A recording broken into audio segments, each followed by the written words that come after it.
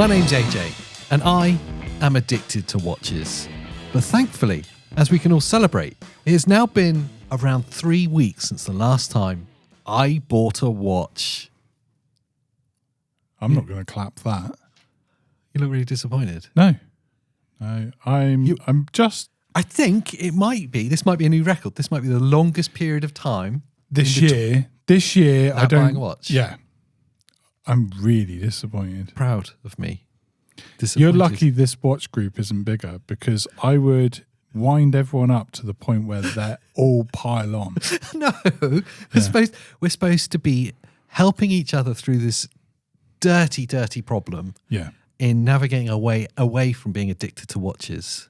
But unfortunately, what it seems like so far in the first few months we've been doing this is that actually we're just all enabling each other to buy watches. And I don't know. You say it like that's a bad thing. Well, this is how much that you're willing to clip my heels and trip me up. Mm. I was in a local city recently. I went in to pick up a watch strap for you. Mm. Yeah. So you said, can you go in and just pick it up for me and, tell them that I sent you.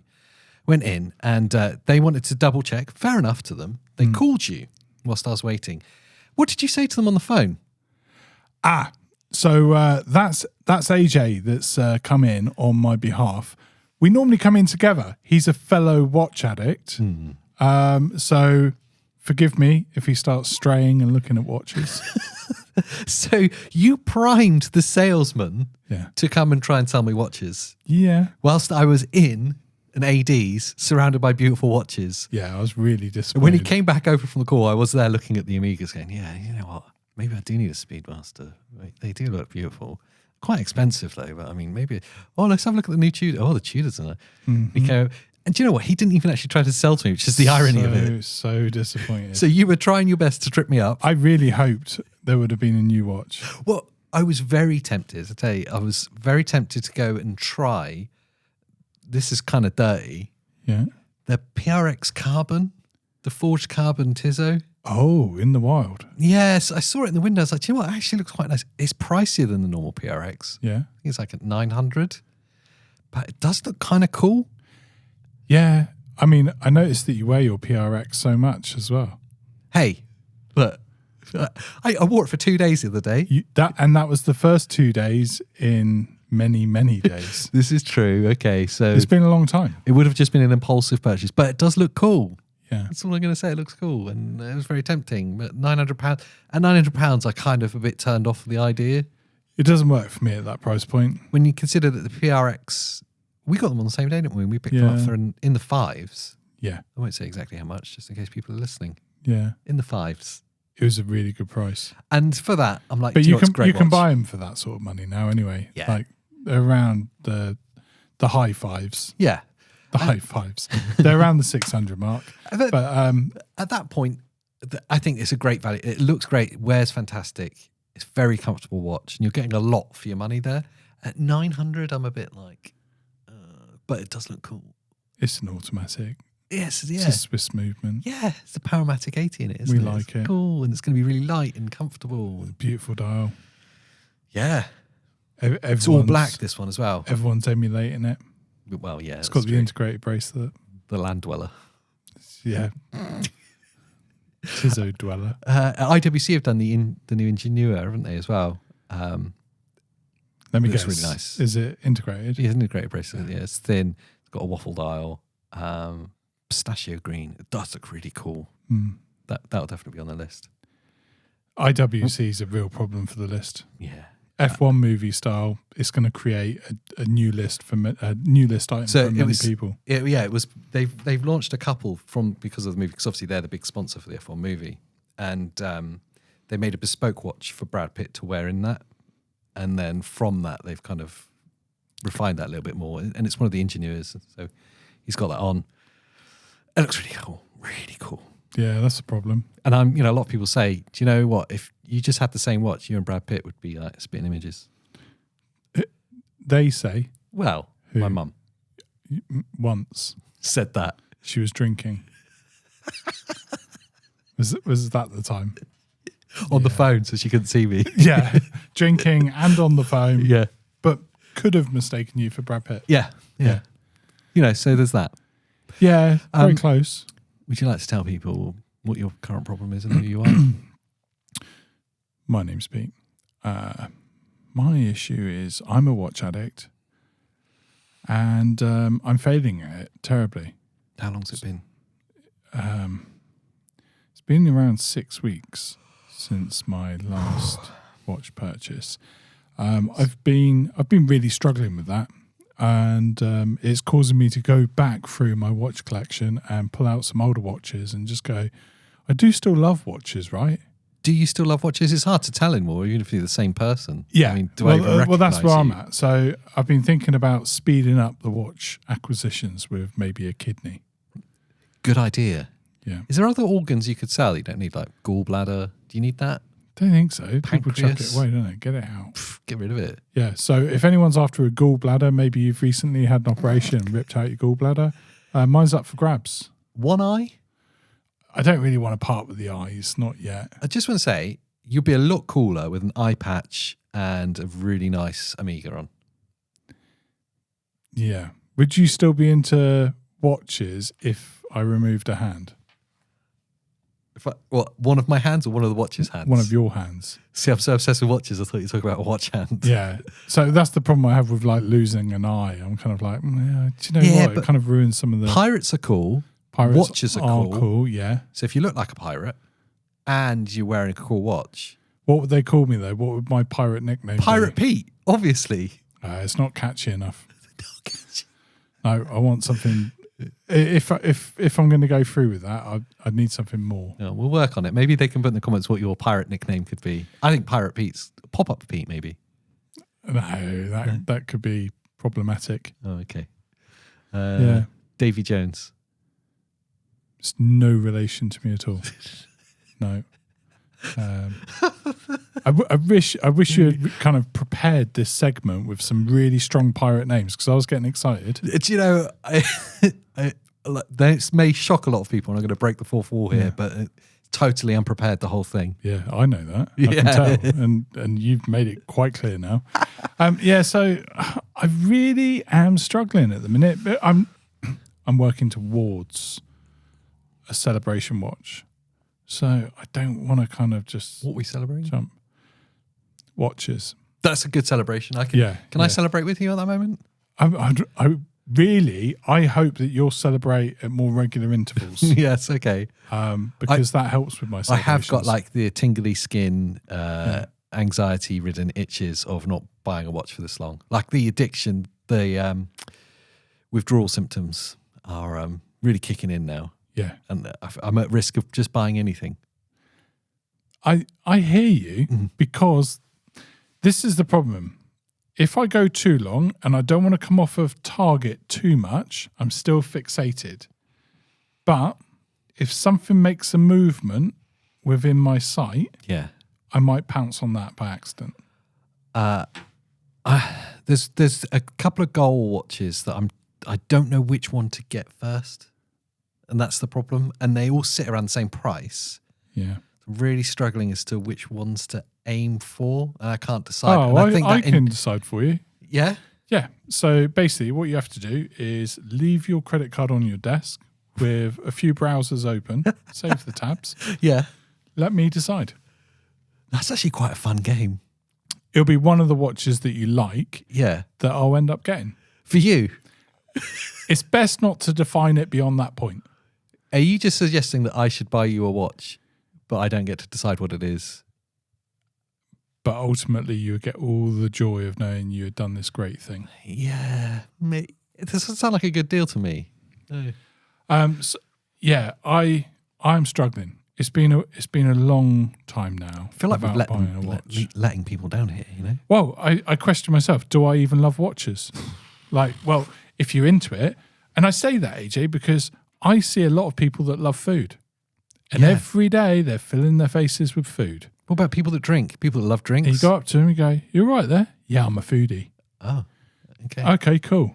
Then I see some car enthusiasts. They're always driving a car. Yeah, hanging out in the car parks opposite McDonald's. Yeah. You all right, guys? Yeah, I'm a car enthusiast.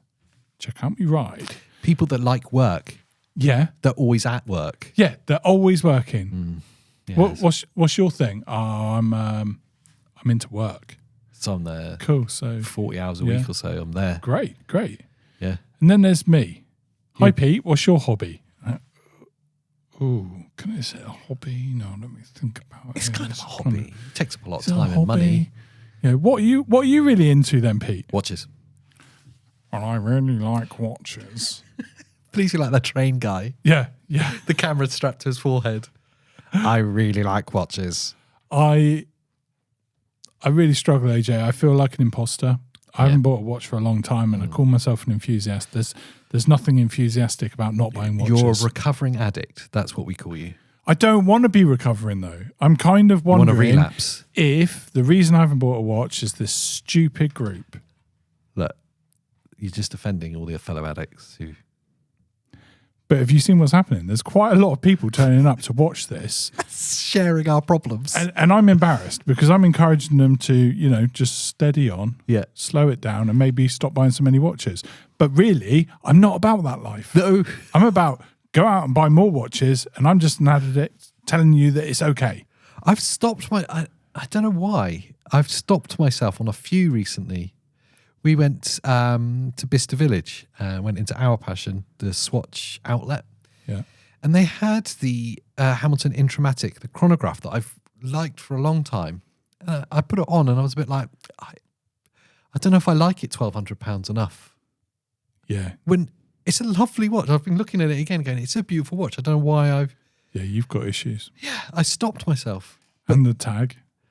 Oh, the tag. We went into the tag boutique and you did the same thing. Yeah, the Carrera, the glass box Carrera. You were like, oh, yeah, but maybe I'll just get more of a mortgage and wrap a rope around my neck on a big house just for me to knock around in. I did actually say that. Yeah. I don't know why you didn't I don't know. I should have slapped you then. You slapped me, pushed me over and then run away because you were driving. You just left me there. Yeah. I'm embarrassed of you. And then high-five the AD.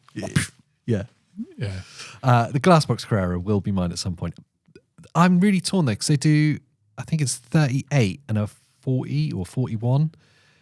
And I prefer the size of the bigger one on me. But the smaller one's got the domed sapphire, which gives it the domed effect, which looks prettier.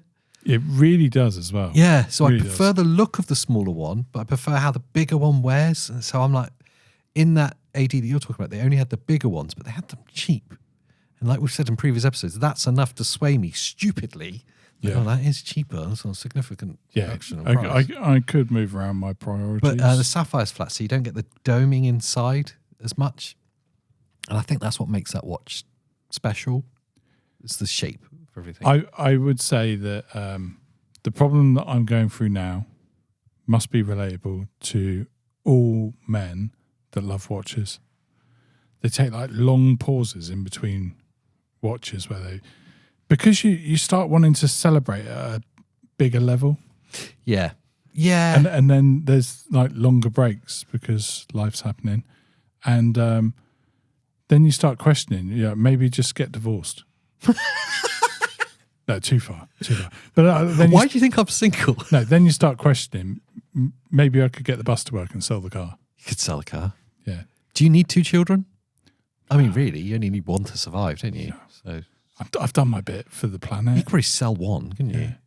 Yeah. You could probably get a fair, a couple of watches. Thing for is, we brought them up into a certain kind of lifestyle, mate. They don't want to go out there and work. Yeah. You go, right, I'm selling you off. You're going to be a servant. Yes. It seems fair. They don't know how to do anything. So useless. Yeah. So when you try and sell it off, you actually have to pay someone to take it. Yeah, like a dowry. Yeah. What are you wearing?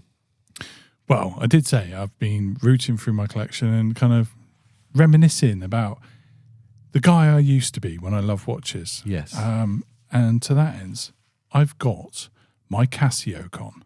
No way. Yeah, I shouldn't say that, should I? I'm just rocking the Royal Oak. Yes. Yeah, Yes, because yeah. it looks just like it. Yes. Wow. Right. Here. Now focus on my face. Yeah. Now, just off my face, I've got a Royal Oak on. Squint your eyes. Okay, now close one eye and squint. That's the Audemars pig face. Royal Oak. From Turkey. Yeah, from Turkey. Yeah. But don't judge. Yeah. I really like this. So it's the Casio 2100. Yeah. 2100, right? Yeah. Modded with. Do you say where you get it from? You can say where you got it from. Can't Why you? not? Yeah. Okay, I just worry whether it's like a kind of too homage. Oh, so, no. Okay, so then you buy the modified integrated bracelet case. Yep. And you get the bracelet with the body, right? And then you just pop the strap off, pop the outer body off, push it into this, and bang, 4 screws, and I've modded a watch. I feel like a micro brand. That's great. Do you feel like wristwatch revival when you're doing it? Like, there was part of me. Some high level watchmaking going on here. Hi guys, Marshall here. Yeah, right, I was like that while I was on the table.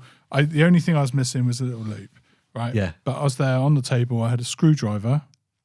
Wow. And I was removing screws. There's some high level watchmaking. Yeah, so, you could kind of say I'm part of the industry now.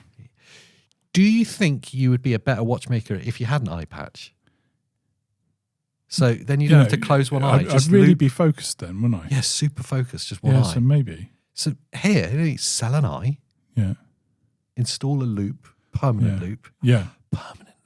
Permanent loop.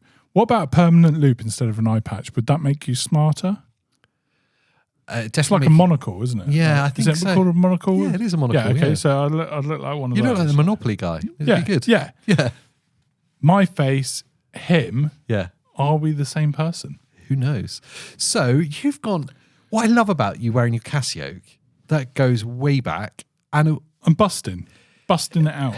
It's like it's OG, but it also shows me that you're not just going back through your watches. You're doing something everyone should do, and trying to fall back in love with something you've probably not worn for ages. Yeah, I think that's a really healthy thing to do. You were ripping me a minute ago about wearing the PRX for the first time in ages. I think if you've not worn something for ages, remind yourself why you loved it when you bought it, or why when you did the mod in that case. Yeah, I mean, do you know what? For me, I love that. You go online and everyone's banging on about Casios. And yeah. I get it, and I don't get it. I'm not really into those kind of watches per se. You're not a G-Shock kind of person as a whole, are you? I just don't. This doesn't do that look very well. Yeah, okay. Utilitarian, and I'm not. I'll be honest, AJ. I don't like running in muddy puddles. You don't? No. I thought you were a runner. Climbing over fences. I don't do any adventure stuff climbing? at all. No, I barely a kissing gate that I cross over. Wow, that does surprise me. I thought you were. No, I like think Bear Grylls. Barely, with some strong resistance. Yeah, walk a dog. That's impressive. So so G-Shock's overkill for you. It's not really there. Yeah. G-Shock. I think. Mountain biking. That's a good example. That was a strong start. Thanks. Yeah. Then I think of like extreme sports. I think G-Shock. I think police. Yeah. G-Shock, because someone's coming after me, or they're going after someone. I'm going to whack him with my truncheon. Oh God. Hello. What's going on here? They do Truncheon that, out. don't they? The bobbies. Yeah. Handcuffs. You're nicked. You're nicked, son. Right. G-Shock. And they've got the G-Shock on. That's like a good recruitment advert for the police. It is, isn't it? Product / placement Casio, in the right place. crossover. Yeah. So that's kind of, and I'm not that.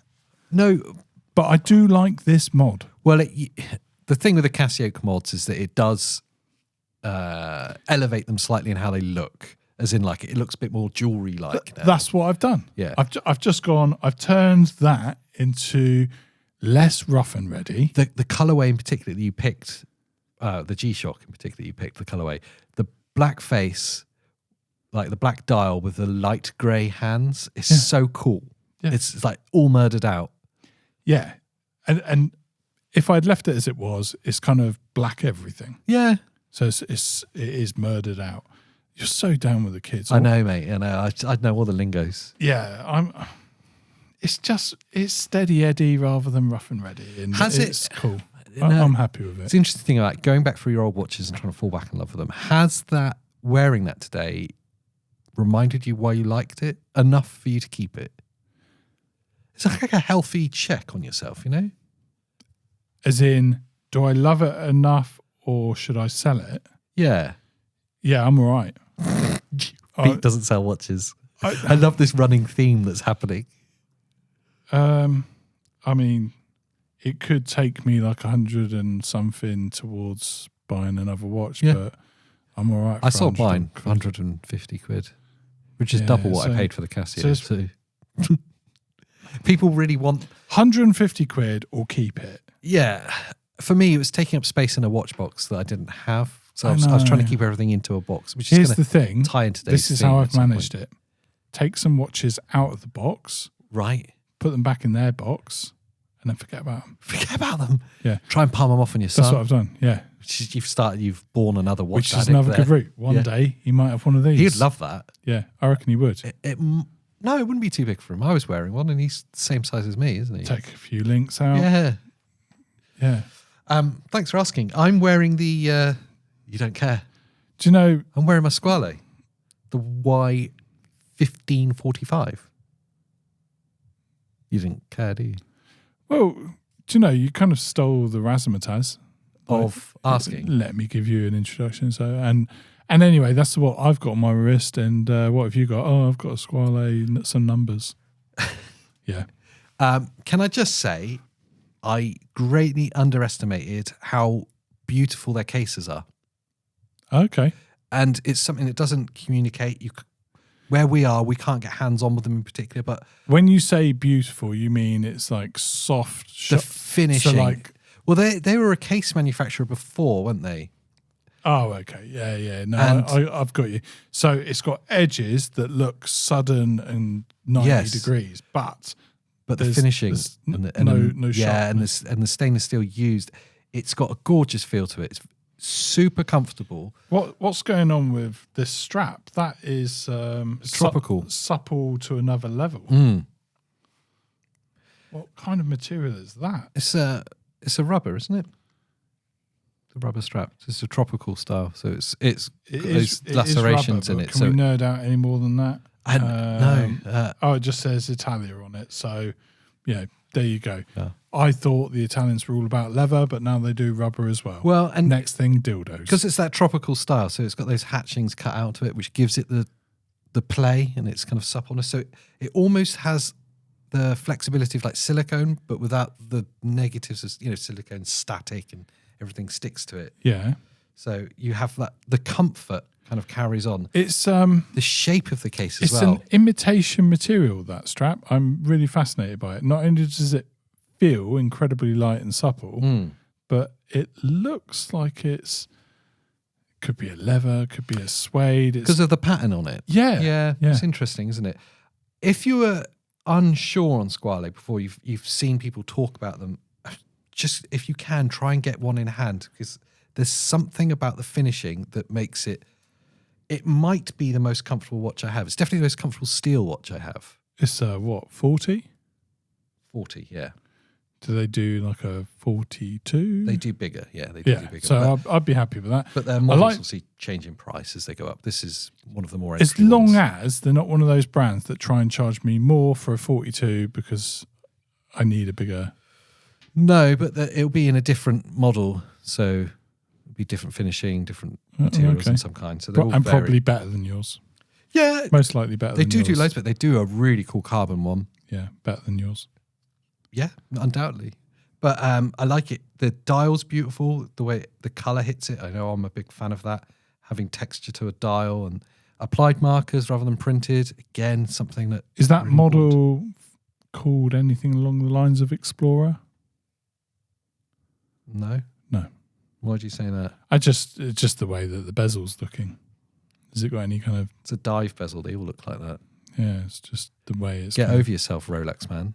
I'm not. I'm just... It looks nothing like an Explorer. It's not even a GMT. No. I notice it's missing the GMT, but I know where they're heading. Yeah, no. I completely disagree that it's ripping off an Explorer. They do their own thing very well. I do like them. Yeah. I need a... Do you mean it's because it's like the relief bezel? So it's like it's kind of like that steel look to it. It's a very nice watch. Like you say, it's sat in its own lane. joking aside, the way the light's hitting that just gives me Explorer vibes. Fair enough. Yeah. Well, they've got an Explorer for much less the price then. Oh no, you can't fully claim it. Oh, no. I wouldn't want to anyway. No, it's it does its own thing. It's even down to the crown, the styling on the crown on that. It's a big crown, isn't it? Yeah. Yeah, very nice watches. And they're French, aren't they? Italian. Which makes sense why they've gone for an Italian strap then. I should know that off the top of my head, shouldn't I? But it's not my watch, so I don't care. But, I mean, are any of them? Yeah, it's your watch, so it's your problem where they come from. Yeah. I know, and I don't care that much either, to be honest. I just like them. Yeah. And so if I like it enough and the price is right, Yeah. then it'll end up in the box. Which actually leads on really nicely to what we're going to kind of cover today, which is like, how do you build like the perfect watch collection, and what's the constituent parts That's a great of that? topic. I will happily talk about that because I've got rules, AJ, rules that we know that I regularly break. Yes, and that's a beautiful thing. We constantly come up with we do's and we don'ts, and then constantly break them. I don't like date windows, and yet so many of my watches have them. Okay, but what makes up a perfect collection?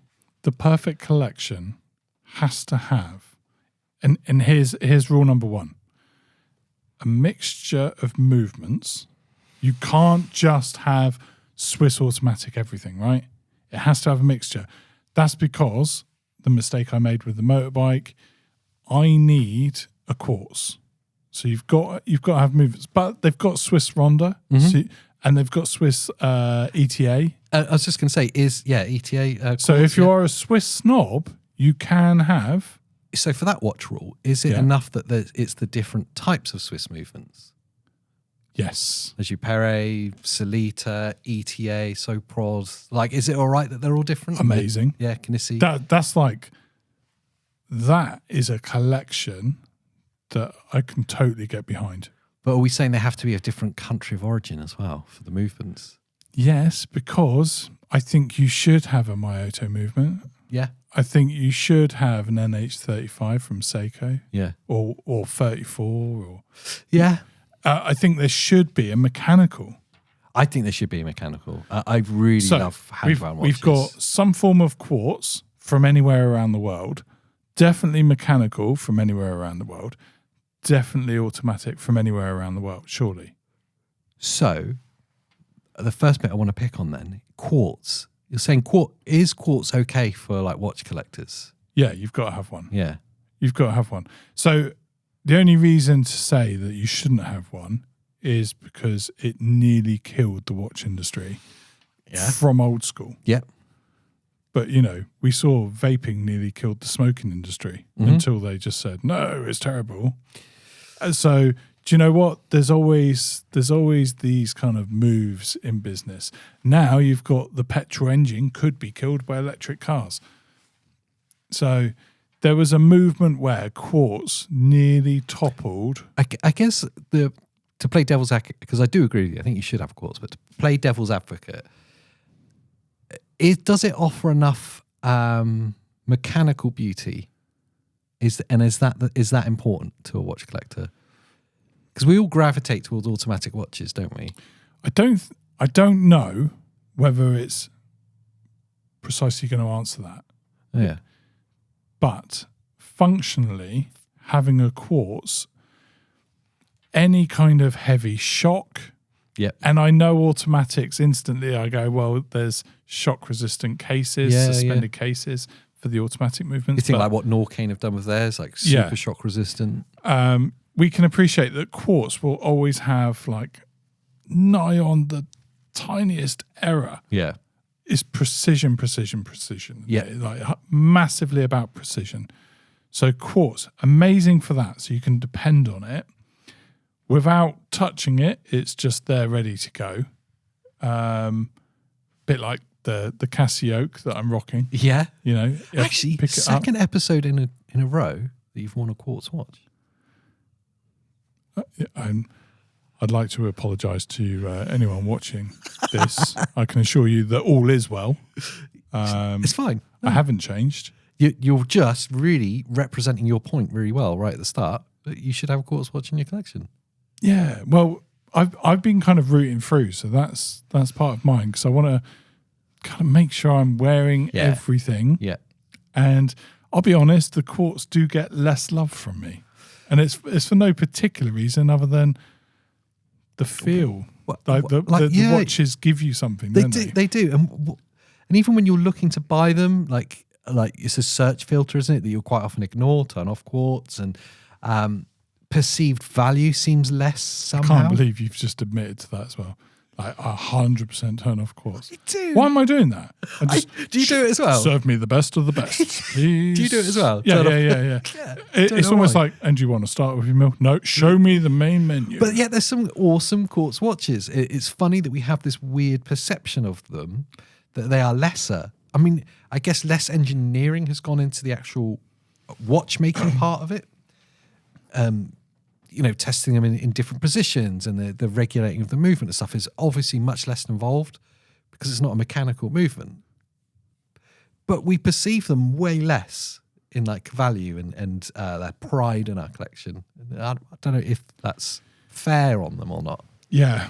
I just think if you want a solid beta watch, if you're rough and ready, if you've got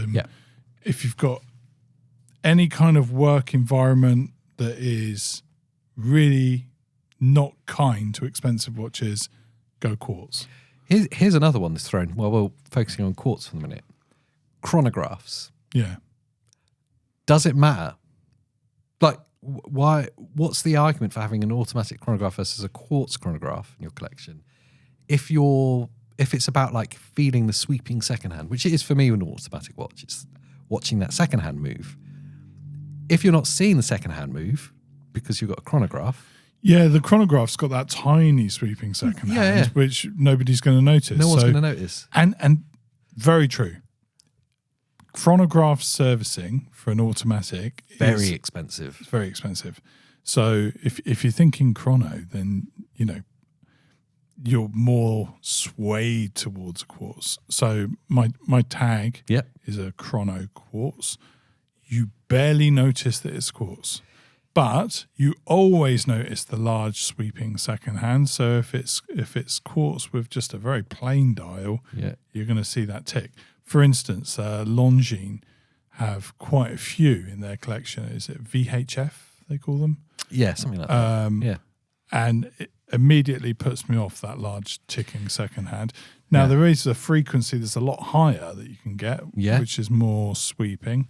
And you can also get that I'm down with. Whilst we're looking at movements, you also get like the mecha quartz movements. Seiko make them. You see them in a lot of kind of micro brands as well, that are chronograph quartz, that are the mecha quartz. So you get the sweeping second hand. So it's kind of like a hybrid. So you get the mechanical second hand, but also it's quartz movement.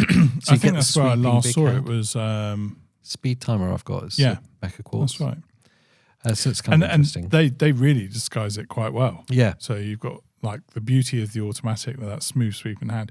And it's not because you're trying to trick people that you've got an automatic. It's just, it looks so nice. When you're getting sort of 4+ ticks in a second, so it kind of gives the illusion of a smooth movement. To me, that's what I'm looking for. Yeah. Right? As opposed to tick, tick, tick, which reminds me of being sat in the classroom waiting for the end of a lesson. Isn't it funny that like that difference in speed of the second hand beating basically is enough to devalue a watch for you? It's so funny. Yeah. So then, if that's the argument, do we all need a Grand Seiko spring drive in our collection? Oh wow! Or at least their high beat, which is fast, but obviously spring drive is totally smooth. There is no steps. It wasn't that long ago that we both. I can't get them out of my head. Nearly fell down a very deep hole. Yeah, I cannot get them out of my head. Should we go back and buy them? Yep. 100% should. Like, no question. I could be swayed very easily on that. Yeah. I'm still hooked on that watch. And it was so ridiculous as well. Yeah. So ridiculous. So like, I've gone in, I'm not even looking at Grand Seiko, but we had said we've never been hands-on with them. Yeah.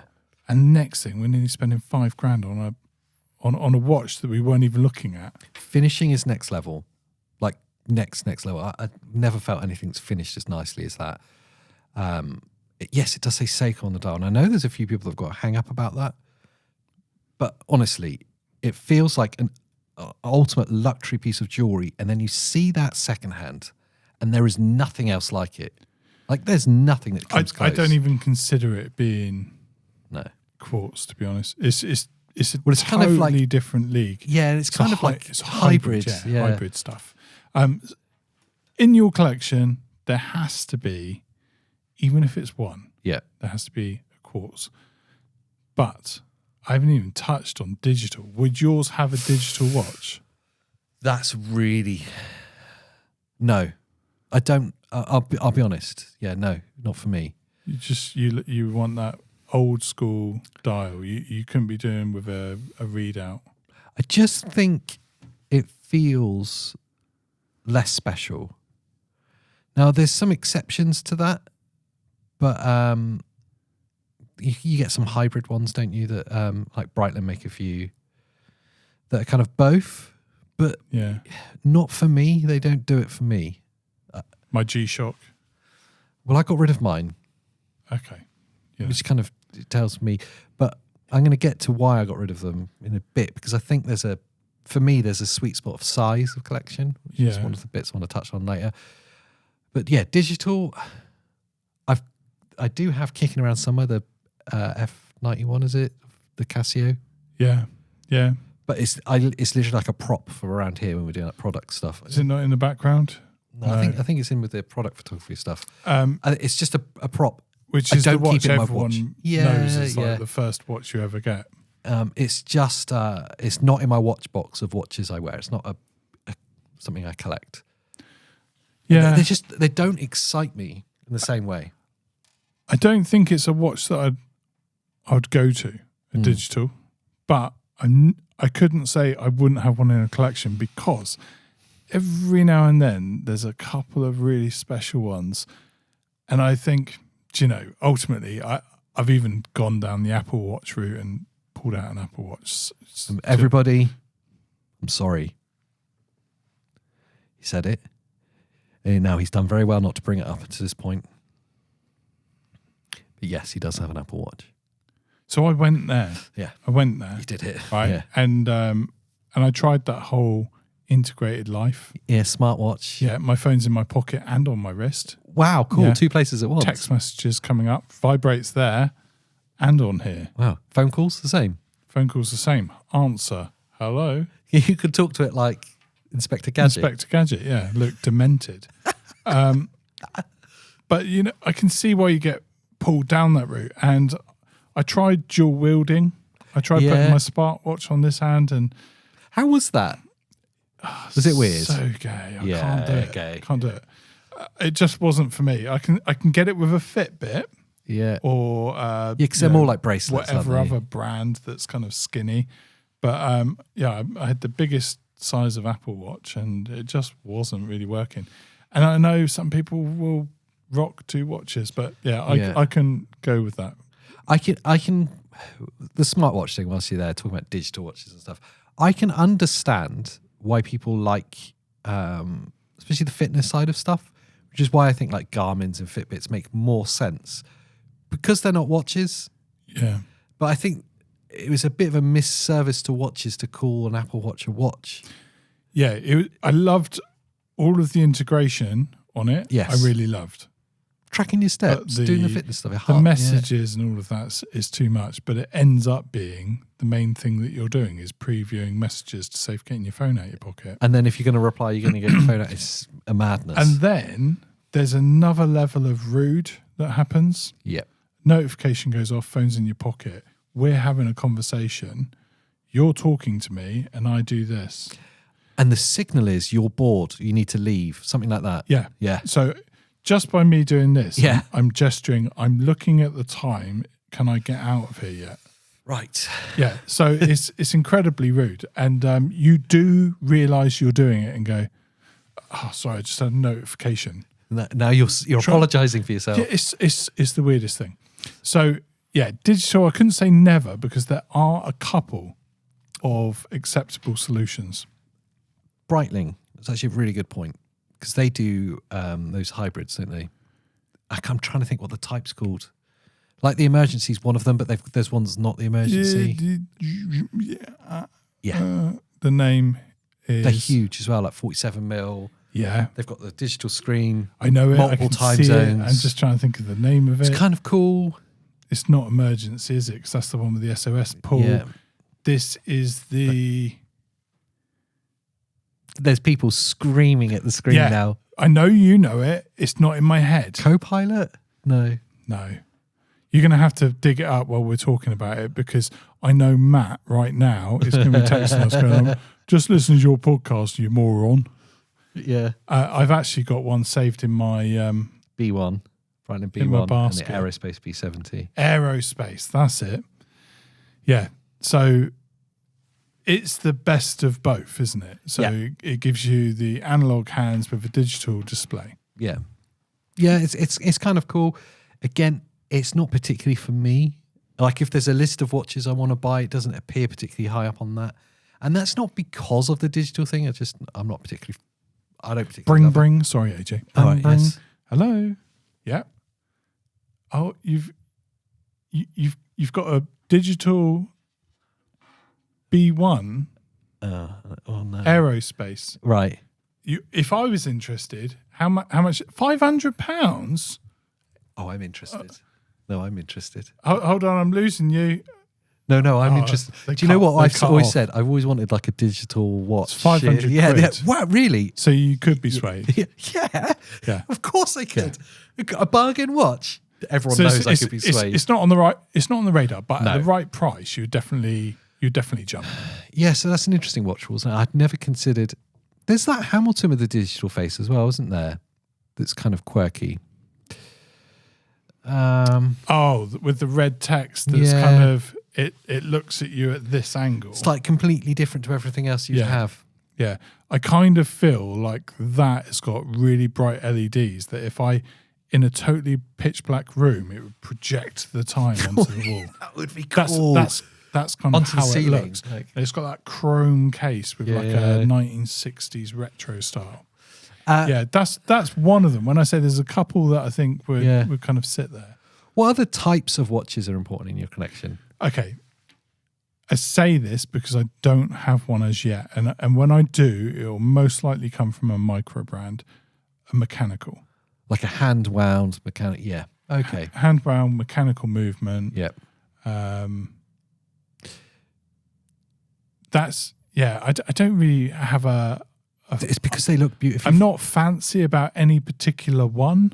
Well, they look beautiful, especially if they've got an exhibition case back, because there's no rotor in the way blocking the view. Yeah. So you get to see everything. I think even with like Studio Underdog using the seagull movement, it looks beautiful because you get to see all the intricacies of all the bridges and all the movements coloured and the details. It's amazing. Yeah. It's a show, but as I've seen many times in the comments, not everyone likes an exhibition window.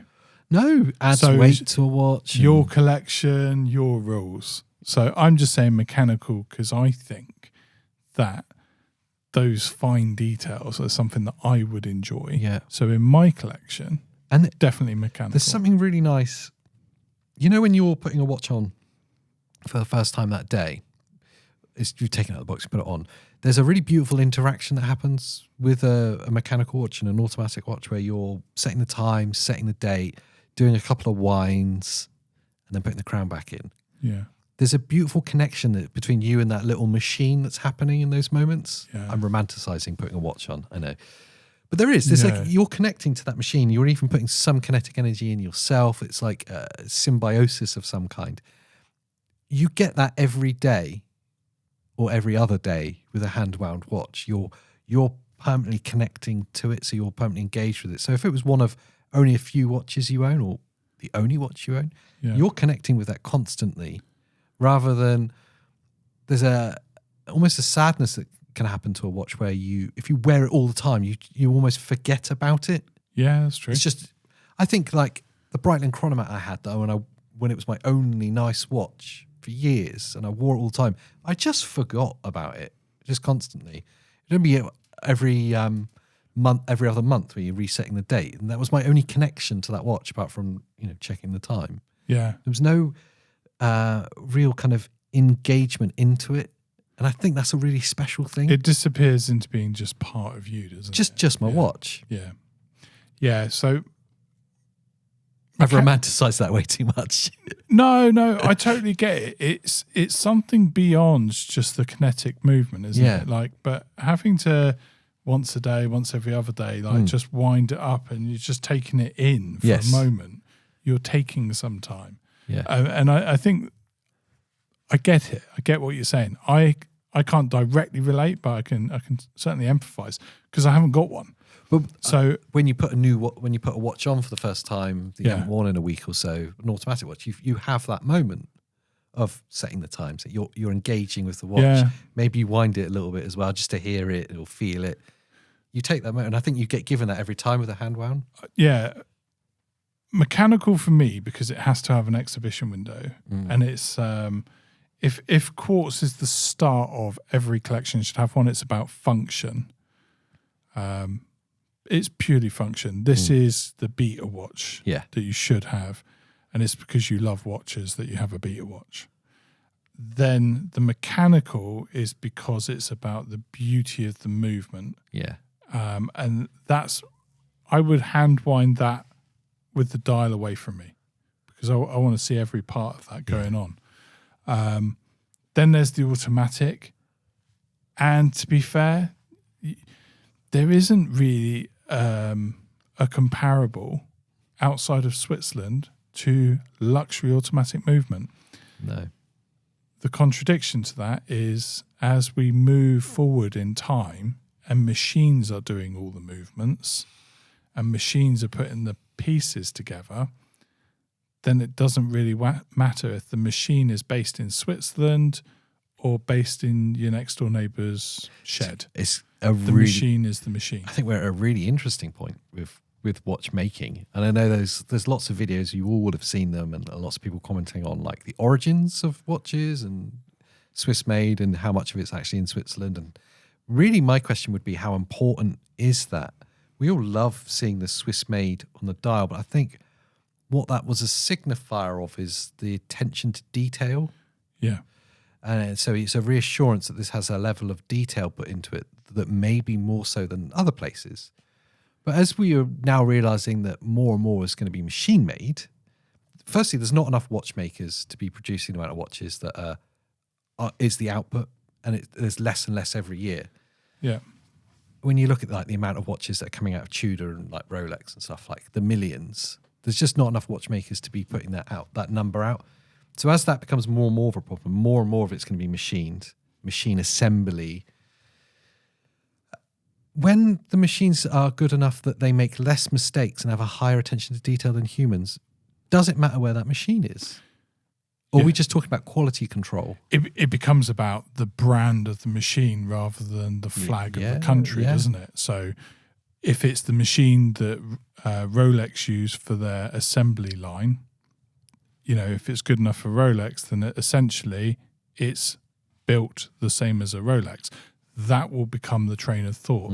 So where your automatic movements are made is becoming less important all of a sudden, because we're seeing things like the factory tours of Tudor, and it's all automated. There's very little hands-on now, because precision. You cannot get any more refined than these processes that they've got now. So I'm at a crossroads myself with it, because we're not quite there until all the brands are adopting the same level of technology. Yeah. But for me right now, I know the difference between if you look at a Miyota movement and you look at a Sellita movement, and you can go crudely, well, they're basically the same, and yet you start to notice and you start to hear and you start to feel that they're definitely not the same. Yeah. One is clearly noisier than the other. Yeah. And to look at, one does hold a fraction more beauty, you could say. I wouldn't, unless it's like the Elaborate, in which case it's considerably more beautiful. The standard grade Sellita is pretty ugly to look at.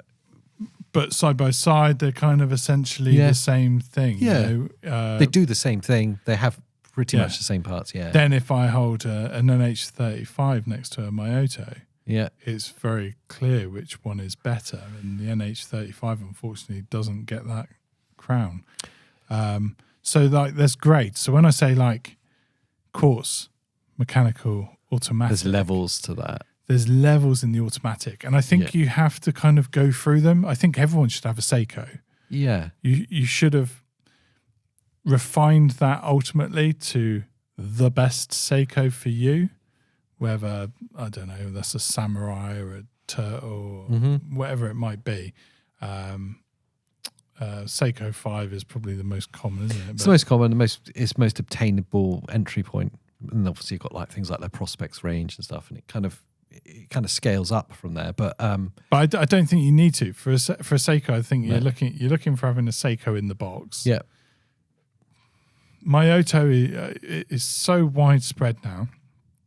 I go, yeah, you definitely want one from that stable. Get it from a micro brand.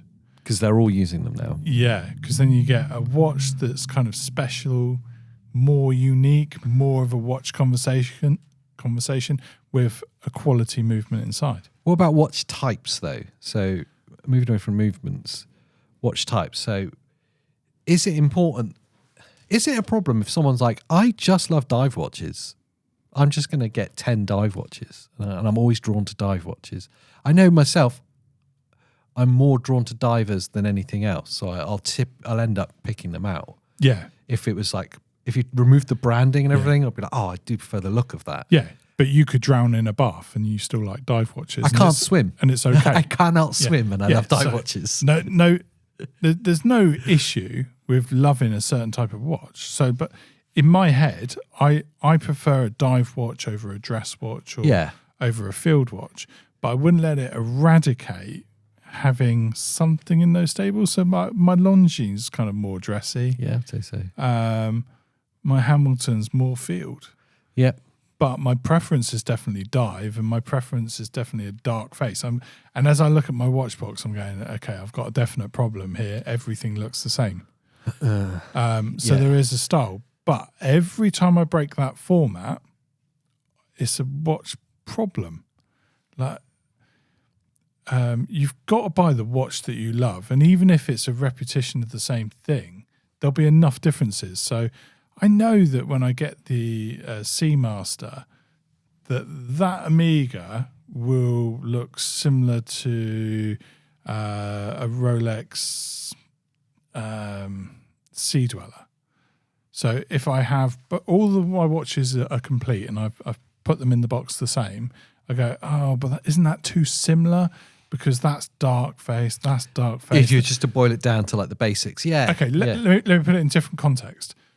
To my partner looking at it, yes, she would say they're all the same watch. Yeah. You don't need them, they're all the same. When I know, well, yeah, but that's an entirely different watch to that one, and there's so many reasons why. But she'll look at them and say, it's got a black bezel, that's got a black bezel, black dial. Yeah, they're both got a metal bracelet. So it's even deeper than just the type of watch. It's also like the color of the dial and stuff then as well, and the colorways. Because I know a few people that are like that as well. Viewer named Pork, he typically only buys blue dialed watches. So I bet if I looked at his collection, they would all be blue dialed. Yeah. Like, is that a problem? Should we be introducing, is it important to have variation to color match to perhaps what you wear? Don't mess with it. Don't mess with it. Or is it just buy what you love? Buy what you love. So there's only a few times where it breaks for me. Bell & Ross is breaking the mold. Panerai is breaking the mold. Bizarrely, even the Black Bay Pro with, they call it opaline, but let's face it, it's white with a yellow GMT. That to me would be, I think it might be the only one that I'd have in the collection. Only white dial? Yeah. I don't think I've got another white. I may have one. Yeah. But like it's stand out enough to go, yeah, no, I like it that way as opposed to the black Yeah. Pro. So yeah, It's creating. It's funny because we joke a lot about watch rules, but it's creating watch rules and knowing that they're going to be wrong at some point. Yeah. Because I'll just say to you straight away, I know you've got like a light baby blue crystal ward. Yeah. That whenever you wear it, looks cool. Summertime watch. Summertime watch. I've seen you wear it in the winter though, and it looked cool then as well. Yeah, it's popping. yeah. It is a summertime watch. I used to be way more drawn to like super bright colours. Yeah. I quite liked, because I've always got that kind of contrarian in me, so I quite like the idea of an expensive watch to most people, an expensive watch, but it's actually just really garish and yellow. Yeah. So it's kind of lost all its beauty in the brightness. Less so now, are more moving away from that.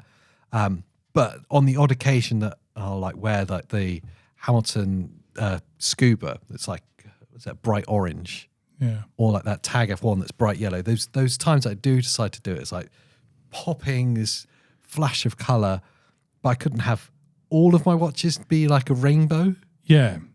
I think, your collection is a reflection of you. So what do you want those watches to say about you? And when you're dead, I'll look at all your watches and I'll go, okay, they're the ones I'm keeping. Yeah. And but they would represent you. Yes, that's what I'm saying. So you look at the watches, and I can pick out those things about your personality from your watches, and it's really kind of interesting, isn't it? It's difficult as well when you're looking at it as a collection, as a whole entity. Yeah, because we don't buy it like that. No, we're not a designer. We're not like Michelangelo. I'm not giving like $100,000 budget. Like, here, buy 20 watts. It's like, it just doesn't happen like that. Put together a fashion line for me. No. It's finding the watch in the moment that you really connect with. Yeah. And if that's another field watch with a blue dial, then great for you. Like, that's wicked. It is nice to try and find variation. I think I know for me, there became a point where I'd done a lot of that, just kind of impulsively. I'll just buy that because I like it. I'll just buy that. And then I had an unwieldy amount of watches, and I needed to actually figure out what it is from this I'm trying to do and what I want. So there comes a point where you may want to refine it down into like, you boil it down into like, you're like, these are the watches I love. I'm finding right now that I'm enjoying looking over the watches I've got and going, if anything, it's kind of inexpensive, the next stage. What kind of straps do I want? Straps is such a great way of... If you're at that point where you've got, let's say, over 10 watches, then straps is a great playing place just to slow up for a minute and start adjusting. It's a lot of fun. And you can transform a watch. I mean, there's a couple that I've just put on like nylon straps, and it just changes it instantly. The biggest frustration is some idiot decided that the generic size for a nylon strap should be a certain amount of centimeters, and I can barely get it. So by the time I do the buckle up, I can't get it through both keepers. That's and bad. That really annoys me, because you end up with a keeper up high here with no strap going through it. Can you have multiple from the same brand? Oh, this is one of the worst questions. Like, yes-ish. Yeah, I think that's the best answer. It's so tough. Like, really, the answer is no, because there's so many brands, and ideally, you don't want a stupid collection of watches. Like, okay, you do want a stupid collection of watches. This is the problem with watch rules. Yeah. You do, but you don't, because there's only so many days in a year, and how many times are you going to get that watch on? And so it's going to be parked more than it's worn. So what you don't want to get to is a state where you're only wearing a watch once a month. And that is when it's tragic. And that's the problem where we're kind of at now, where we're not wearing a watch more than like once a month.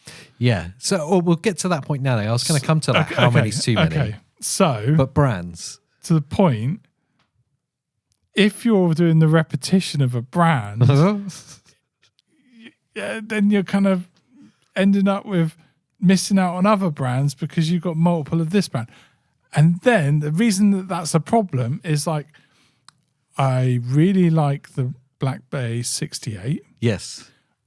I've already got the bronze. Ooh, very similar. Yeah.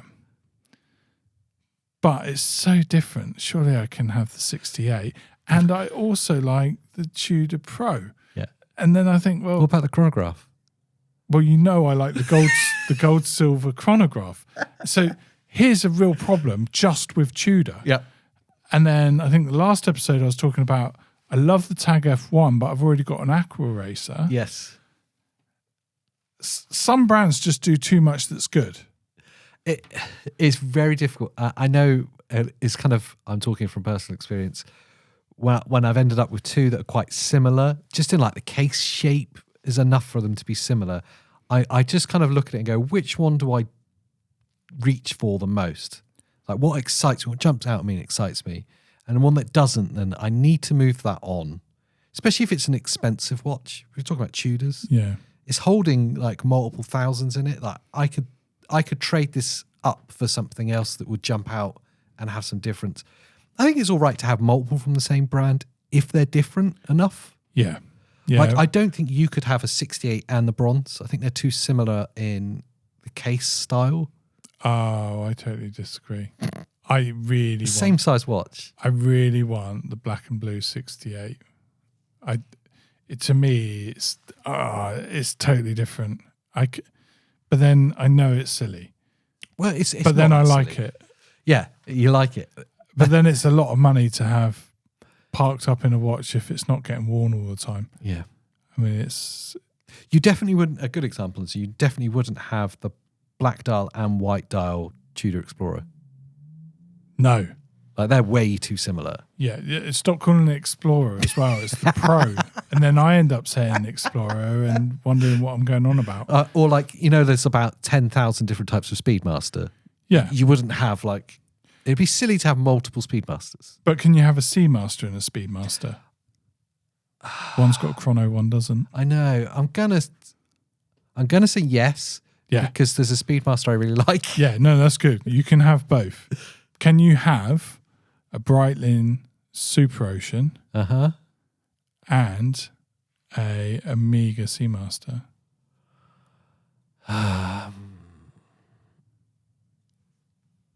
Oh, yes. Maybe. That's interesting. They're very close in what they're doing.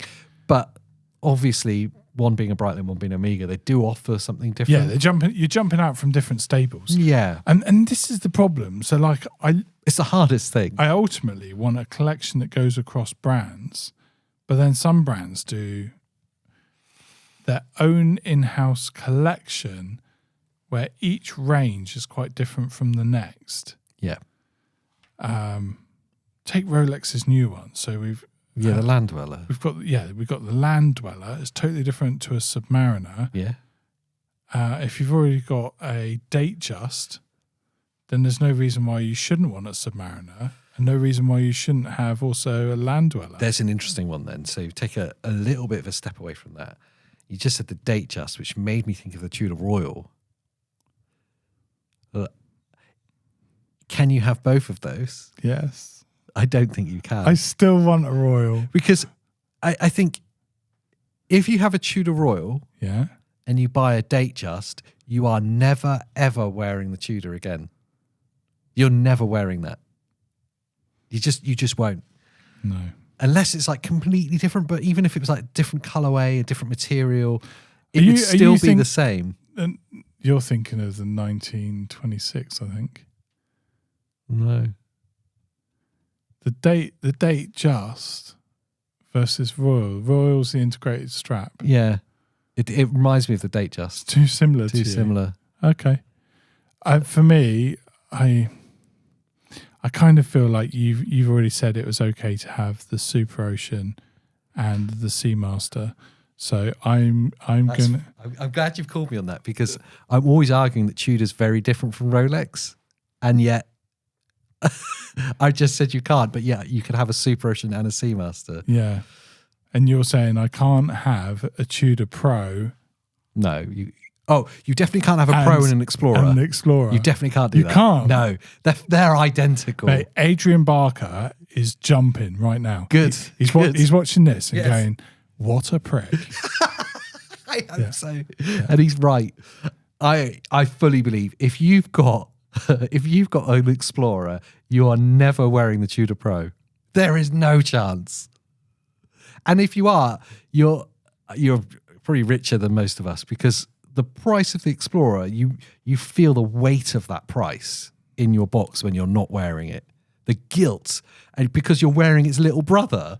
That's ridiculous. I mean, I'm just trying to think of the event where you go, oh, I'm going to put the Explorer on today. No, better not. Better get the Tudor on better instead. get the Pro on, because I've got to go Tesco's. Got to go put fuel in. You got to go butchers. If you've got, I don't want to look like I've got too much. I'm going to the butchers, as expensive as it is. Yeah, you don't want him to rip me off. Yeah, I think.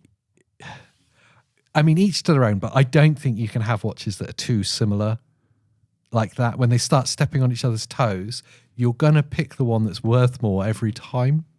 It's more special for some reason every time.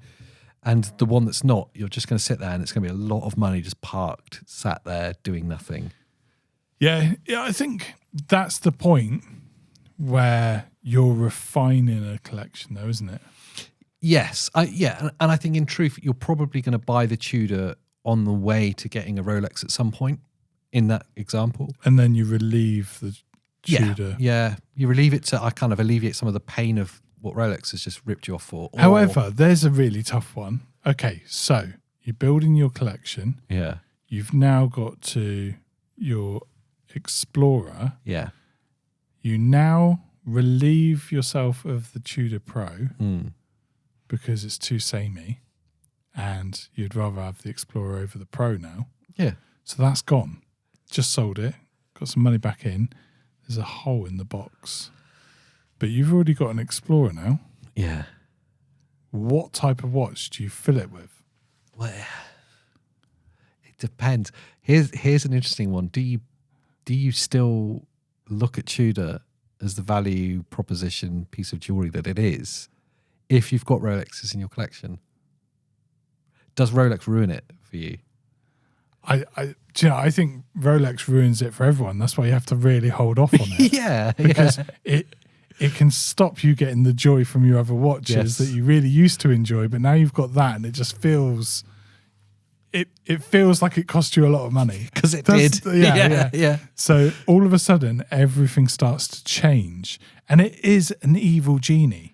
How many watches is too many? This is the first time where I've really felt judged. I'm not judging you. No, we're a safe place. There's a little bit of judgment here. But okay, not a huge amount. I'm at the point where I'm starting to consider having to let go of watches in order to keep buying watches. Is that because you don't want to have too many, or there's watches you've fallen out of love with that you don't wear anymore? Okay, the truth is, realistically, it's a bit of both. In a normal year, you may buy a few watches. I don't know why I said that. Nobody's buying a few watches. We're buying loads of watches. No, you have to cut that. No, that's staying in. Just you a couple. Buy a few watches. We count it in weeks since the last one. In a year, you buy. I'm trying to be the same. I only buy a few watches too. Yes. Yeah, no, you're right. Right. Once every year. That's so bad, isn't it? Yeah. When you say it out loud, it really sounds like a problem. No, it is a problem. It doesn't sound like one. So let's just be honest. Yeah. You'll probably buy a watch every month.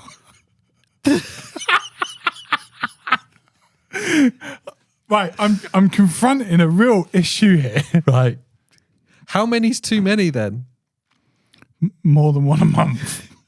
Yeah. One a month, because you need to calm down. You need to slow down. It's become a problem. We're dealing with some real demons here. It's good. Get it out. I know this is a problem. More than one watch a month is too many. It'll add up really quickly, though. Yeah. And which it has. That's when you need to start selling them. So it gets silly. AJ, Is there like an optimum number that like I want? that's like I'm definitely going to wear these? I don't know. I here's the thing. There's watches that I don't wear very often, and there's watches I don't wear at all.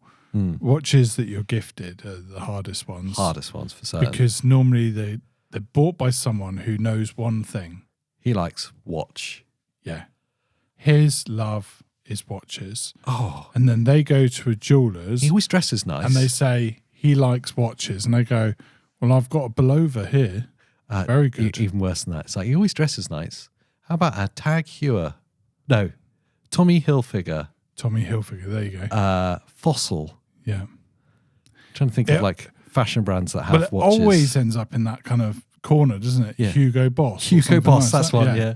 And I'm not kind of saying that they don't have some credit, but those gifted watches, the only time you should have a watch is one you've chosen. Do not give your partner a watch.